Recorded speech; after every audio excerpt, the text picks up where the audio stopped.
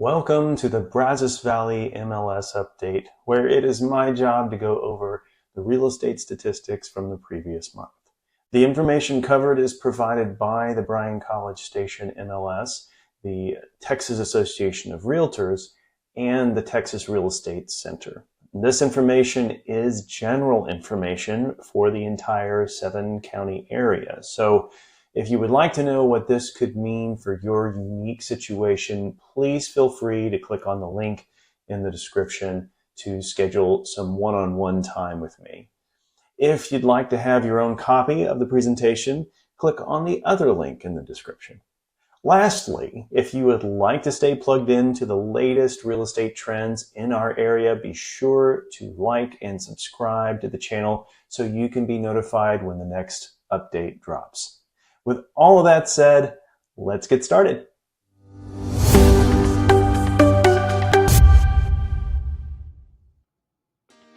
Happy July, everyone. We are going over June 2024's numbers. And as usual, we'll get started with the average days on market. Once again, we're following the light blue line for 2024. So we are noticing by looking at that as far as the average days on market over the last 4 years, it's kind of middle of the pack. But relative to last month, it's a pretty big dip, going from 103 average days on market for May to 89 in June. Also keeping in mind that if we're at or below 120 days average days on market consistently, it's a pretty good indicator we are in a seller's market, which we really have been essentially for the last decade. So let's take a look at the other indicators as well. All right, next we're looking at the units sold. This is fairly abnormal for us to have happen in June, where we have a drop in the number of units sold relative to May. Typically, there's a pretty big increase as June and sometimes July are typically our peak months. So for it to drop off in June like that, from 397 to 318 closed transactions is fairly abnormal. It's the lowest in a June in the last 4 years that we've seen. So hopefully that's just a blip on the screen, but we will definitely keep our eyes on that as we progress throughout the year. Now, next we're going to take a look at the new listings taken. As if you've seen this video series before, you know that the peak typically precedes the peak for units sold, because people are getting their houses on the market in preparation for the spring and summer buying season. So typically March or April are our peak months, which is the case here. We had a drop off as well, though, in the number of new listings taken, going from 558 in May to 461. Not that abnormal to see a decrease from 1 month to the next, but it's a pretty big drop from 1 month to the next. My thought is most likely we will continue on trend for the remainder of the year, but as with the units sold, we'll certainly keep our eyes open and see what's going on there.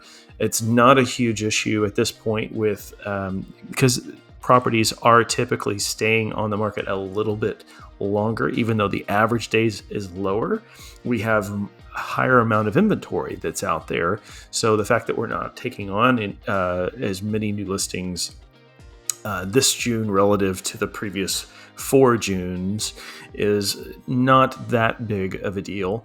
But once again, we'll just keep our eyes on that. Next, we're taking a look at statistics for just Bryan and College Station. Our median price point, 3.7% higher than it was this time last year at $316,000. The active listings are up 53.2% relative to this time last year. So there you go. Your inventory is higher. Days on market, 86. And that's 4 days more than June of 2023. Our price distribution pretty similar to what we were typically seeing, with the lion's share in the $200 to $300 and $300 to $400,000 range. Our closed sales are down 15.5%, and our months of inventory 4.4, and that's definitely up compared to 2.6 months of inventory in June of last year. For those of you new to that statistic, months of inventory is a measuring tool that we use to determine how active the market is, and it goes like this. If we were asking the question, what would happen if we were to repeat the same number of sales that we had in the month of June over and over again without adding any new inventory to the market? How many months would it take us to completely deplete our inventory? And the answer to that question here is 4.4 months.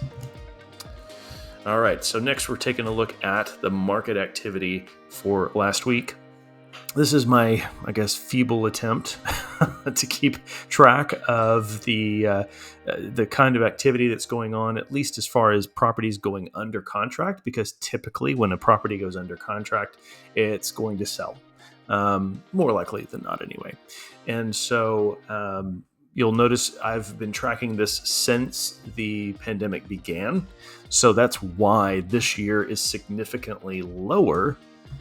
You're following the beige line there, than the previous years. It's because I started measuring this during the pandemic. So don't let that freak you out that it's lower at this point. What's happening is, we had this last week 79 listings go under contract last week, out of 1,419 total active listings. So that means that 5.6% of our inventory went under contract in a week. So that's still a pretty active market at this point. Now, is it as active as it was during the pandemic? Absolutely not. We were certainly selling, we were at 1 month of inventory. And now, as you saw previously, we're at 4.4 months of inventory. But it definitely is still an active market.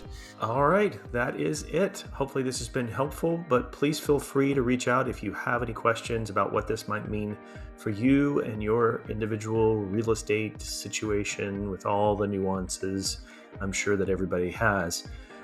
You can click on the link below to schedule some one-on-one time with me. Otherwise, just a friendly reminder to like and subscribe to the channel. Appreciate you watching, and talk to you next time.